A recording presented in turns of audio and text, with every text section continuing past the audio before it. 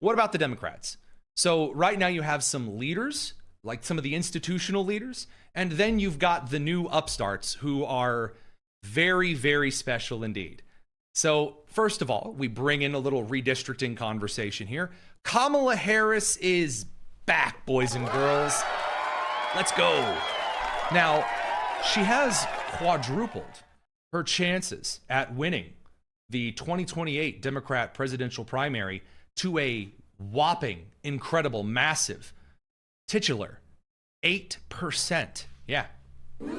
Yeah, I know. Be the impressed. And she's back with all of the tools in her arsenal.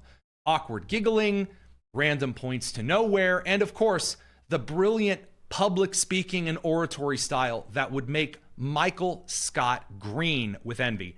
So first of all, Kamala has decided now is the time. Finally, we finally reached the moment. Amid all of the redistricting, she finally cares about the Constitution. But as we all here know, the Constitution will not defend itself. And while many of us have sworn an oath to defend the Constitution, what is of equal importance is the action we take to defend the Constitution of the United States. So in case you weren't following the awkward spaghetti salad, she suggested that the Constitution won't defend itself, and so she's not just going to say she defends the Constitution, she's going to do the doing of the defense of the Constitution.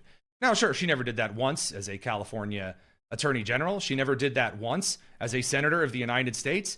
She constantly called the Constitution a worthless document that had nothing of substance that shouldn't be changed over time. So, no.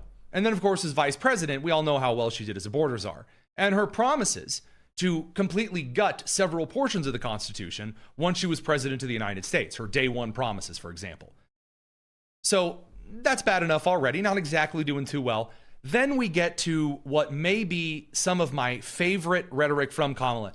Kamala's got to appeal to voters because right now, Republicans are just kind of doing nothing in the Congress. So she's got to make a pitch. She has to make a pitch to voters to get Democrats through the midterms and then through to the next election cycle. So what do? Well, you got to tell Democrat voters that they are dumb and stupid and poor. I wish I was joking. I don't recommend this as a strategy. She begins by suggesting the same tired crap that even Chuck Schumer's not trotting out anymore, that women are too dumb to get their driver's license and birth certificate in the same room. Here you go. If you are one of the 60+ million women in America who changed your name when you were married, you are going to find it much more difficult to prove your identity when your birth certificate doesn't match your driver's license. Sources do trust me. There's nothing at all in what she's suggesting that's true there. Why? Because you do, in fact, need to match your identification in a couple of different ways, not to mention for tax purposes after you get married. And one of the reasons that we know this is because there were a series of op-eds written by kind of the younger folk who were recently married who realized that they kind of needed a couple of documents after they had gotten married and changed their names and then gone through the tax process this year. We got to gaslight. We got to turn it up to 11. And have to go through the bureaucracy of that. Obviously trying to make it more difficult for people to vote. The man comes down with an executive order around voting by mail. By the way, who votes at his spa at Mar-a-Lago consistently?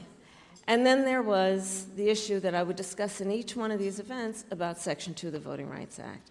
No, they have had an agenda that has been in place for decades to get to this very moment and beyond, which is to make it so difficult for the people to vote. Okay, so here's her first premise. The reason I play this clip is because after this moment, she says the exact opposite of what she's saying right now.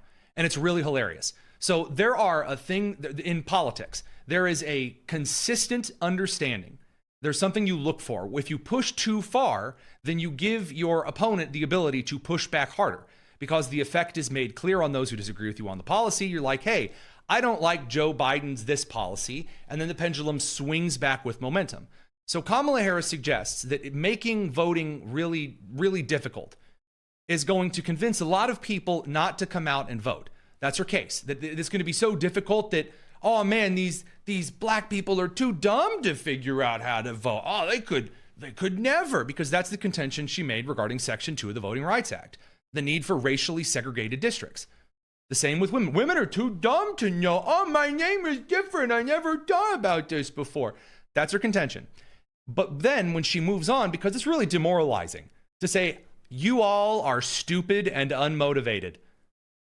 It's essentially like a high school dad baseball coach trying to get his son to lose weight. That's the Kamala Harris approach here. So she's going to pivot completely around here, and that's going to bring us to the next group. That they won't, because they know the people are not stupid and see the corrupt, incompetent, callous administration that is in the White House right now.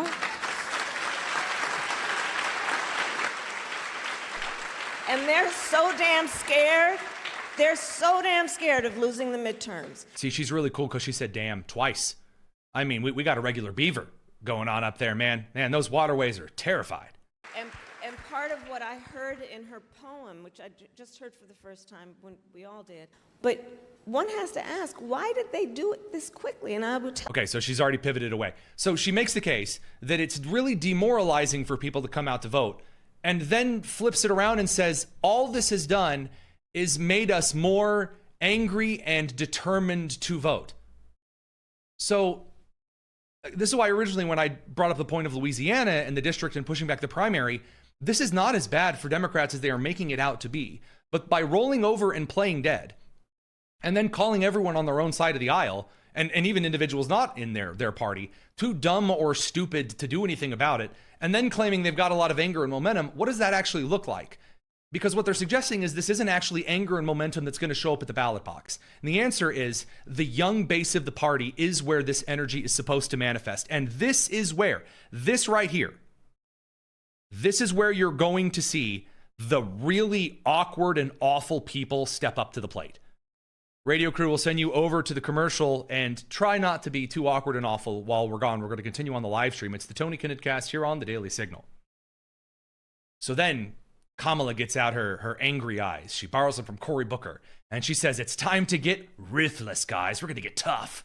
Here we go. Kamala, girl power. We're going to fight.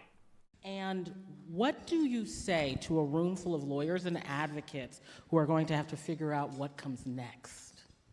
Okay, being very candid. Please. This was supposed to happen in June. This is how they play. They are strategic, they think long term, and they are ruthless. First of all, if you think Republicans look ahead long term, no, we don't. No, we don't. The American public as a whole does not look long term to almost anything. It is a critical failure of both parties in this country. So no, but she's, oh, the Republican is the thing is they're ruthless. Ah, yeah, ruthless. Okay. And part of what I am saying tonight, and if there's press in the room, I don't care if you quote me, we have to be ruthless too. Oh, you go, girl. We have to be ruthless too. We have to be rootin', tootin', ready for moot. I mean, great. Excellent. Thank you very much, Kamala. Very special.